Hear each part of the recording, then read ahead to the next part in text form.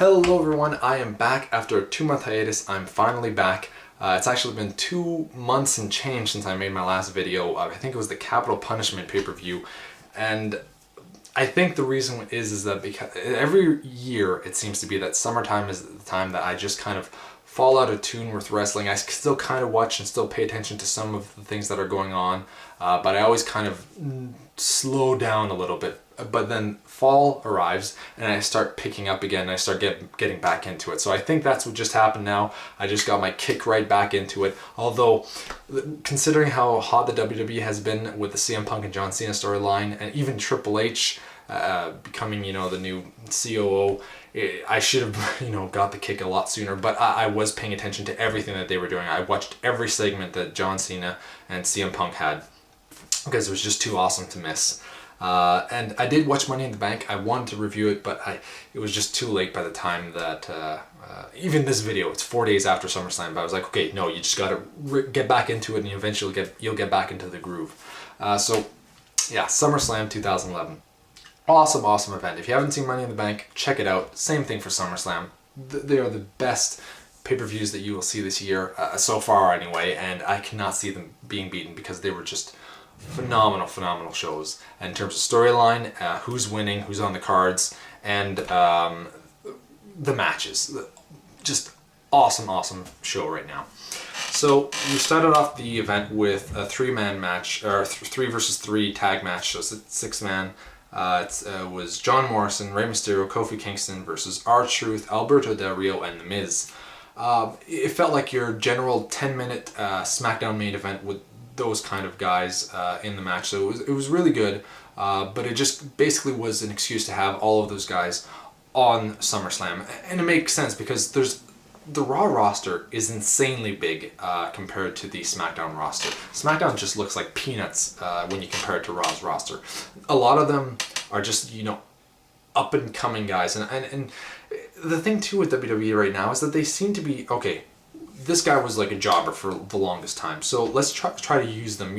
Raw always seemed to be only about like the champion, the challenger, and basically that's it. But like they are making R-Truth interesting. R-Truth, I always thought that he was a jobber for life, but I am totally digging his new heel attitude where he's talking to himself. At the beginning I was kind of like, oh god, as if they're pushing him right now, but I'm with it.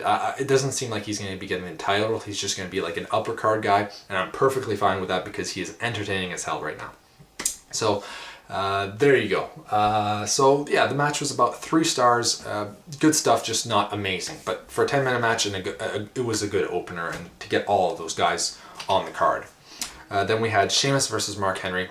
Normally when you hear about Mark Henry in a pay-per-view match, you're like, that's going to be a waste of time, and you start cringing. But I gotta say that, Mark Henry really surprised me here. I'll get into a thing in a second that has to do with Mark Henry and two other people, or 2 other things about this event and WWE in general.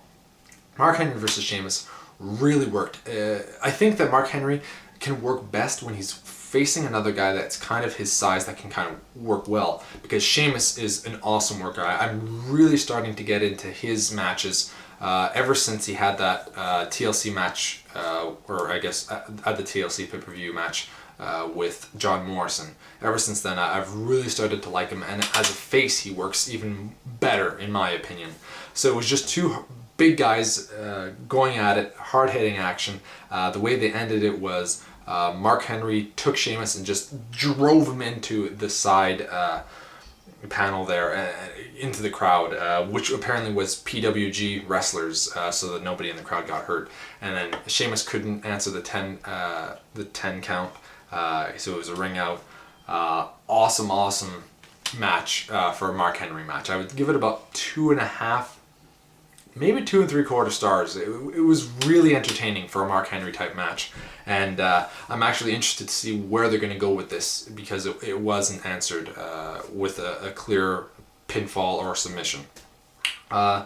Then we had, and it was a good amount of time too for a Mark Henry type match, and I think that if we would have given maybe a minute or 2 more, they could have maybe even produced it a little bit better. That's generally the thing though. You need a little bit more time, but you don't want too much time for it, because a 20-minute or 25-minute Mark Henry match would just be horrible. But, you know, an 11-minute, 12-minute Mark Henry match could possibly work. Anywho, I give 2.5 to 2 3/4 stars for that. Then we had the best Divas match in years. I'm not talking about, you know, a few months, a few weeks. No, years. I have not seen a good Divas match like that in so long. It was given about 7 or 8 minutes, and it worked really, really well. Beth Phoenix is a good worker, but Kelly impressed me the most with this one. She's really trying to become a good athlete, I guess.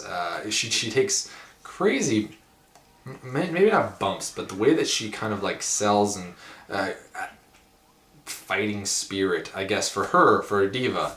That's what it is, because she's screaming and she's going at it with all her might, and she's a tiny, tiny thing, but she's going at it with everything she's got, and it made it really work for me. So I'd give it about 2 stars and a quarter for that one. Really entertaining stuff, though, for a Divas match. And then we had Daniel Bryan versus Wade Barrett. I'm so happy that Daniel Bryan is, you know, back on the pay-per-view scene. The pay-per-view scene has really missed him, and it shows off, because Wade Barrett, this was his best singles match that I've ever seen.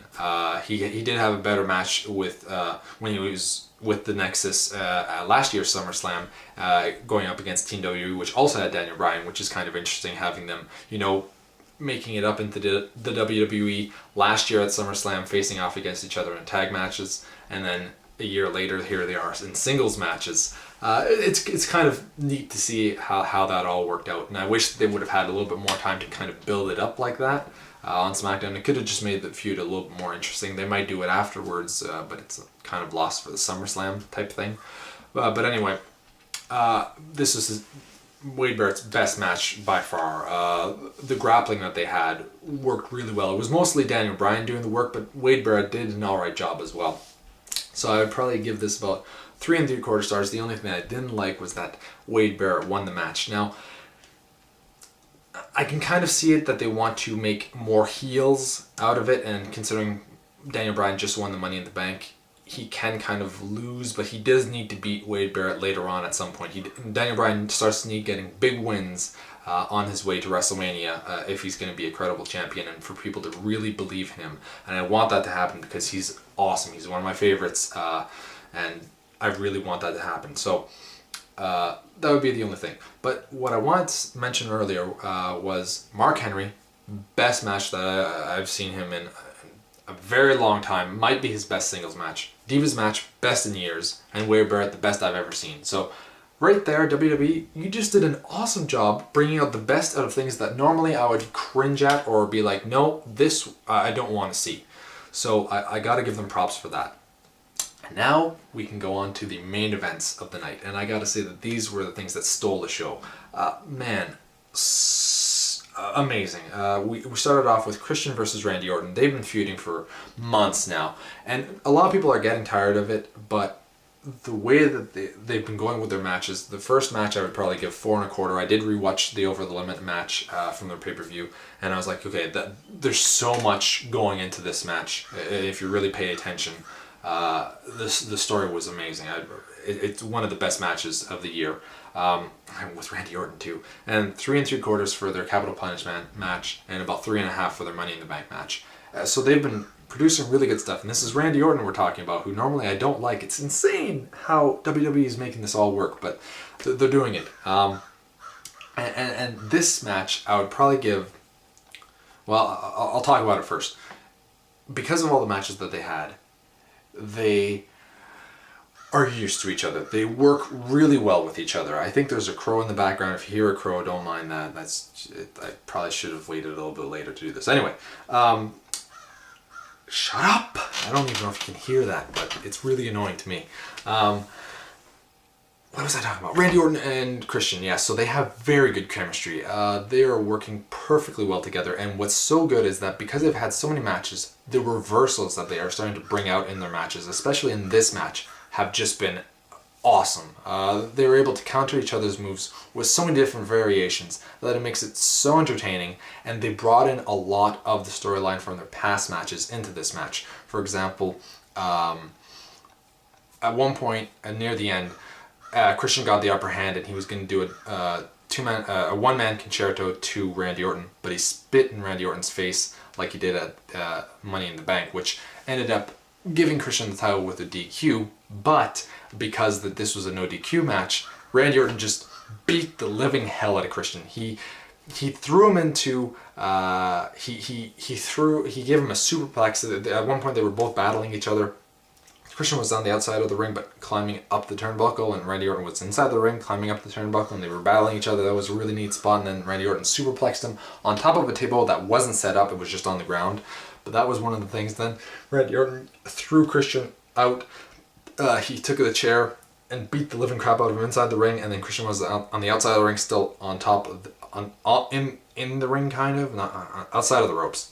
And Randy Orton whacked him with the chair, and Christian flew on top of the table that was set up on the outside of the ring, and then Randy Orton brought him back inside, threw him against a table against that was up on the turnbuckle. It's just like, whoa, this guy's pissed. And this is what would have happened at Money in the Bank had it not been, like, you know, not DQ'd. And then the best part was Randy Orton was going to do the RKO onto the steel steps that he had brought inside the ring, but Christian took one of the sticks, the kendo sticks, and whacked Randy Orton with it, and then he went on top of the turnbuckle and jumped out just like he did when he lost the title on SmackDown, the first SmackDown when he was champion, and Randy Orton just jumped up and gave him the RKO onto the steel steps. It was just an awesome way to end the feud, having everything get together like that. So I give this about 4.25 stars. I don't know if it's better than the Over Limit match that they had, but it's definitely worth a check and one of the best matches of the year. Now on to John Cena versus CM Punk. I hate that I only have 3 minutes to talk about it, but man, these guys, they know each other even more than Christian and Randy Orton. Randy Orton and Christian have been feuding for months now, but CM Punk and John Cena, they have reversed their moves in such a way that even in their Money in the Bank match, it's like, it's so fluid. In the Money in the Bank match, there was a lot of botches. In this one, there wasn't, that I could see. Maybe the last GTS that Punk did to John Cena was kind of weak, but it wasn't horrible looking. It just wasn't as strong as I would have liked to have been. That's nitpicking.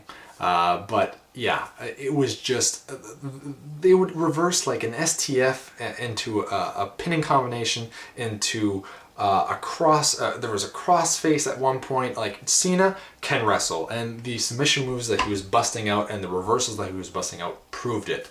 And the knees that CM Punk was giving to Cena, he would just run up and knee him. It was just so good. And at one point they were like trading blows with each other. It wasn't even punches. They were like kicking each other and like whacking each other, and it was such a strong style that I was like, man, this feels like a Japanese type of match. It was that intense. So kudos to you guys for doing that, and it really worked for it wasn't littered with finishers. There was a lot of finisher attempts, but not littered with finishers, and it really worked. And at the end, Punk got the GTS on Cena, and Triple H did not see that Cena had put his leg up on the rope, so he counted it, and that kind of takes away from the match, because technically, you know, the leg was there, and it kind of just ended. It was like, it was leading to something even better than their Money in the Bank match. I don't know which one I like more, but I would give both of them, the Money in the Bank, because I haven't talked about it yet, and the SummerSlam match, 4.5 stars. Now, I do know that some people are saying that the Money in the Bank match is 5 stars for reasons that the story was epic, but because of the botches, it took away from it. And if there was obvious botches like that, to me, that can't be a 5-star match. You look at something like Hell in a Cell, Shawn Michaels versus Undertaker, there's no botch there. Kane comes in, he gives him the tombstone. Yes, it's interference, but it works for the storyline, and it worked for Shawn being a wimpy heel. So, to me, they can't be 5-star matches, but it looked like the SummerSlam match was heading into that area, because there was no big botch in this match. And Kevin Nash came out, and Cena was pissed off at Triple H. Kevin Nash came out of nowhere, powerbombed CM Punk. Alberto Del Rio came down, pinned him for the win, because he has the Money in the Bank. And there you go, that's SummerSlam. It was at the last like 5 minutes, you were like, what the hell is going on? and I'm out. Goodbye, everyone. 8.5 out of 10.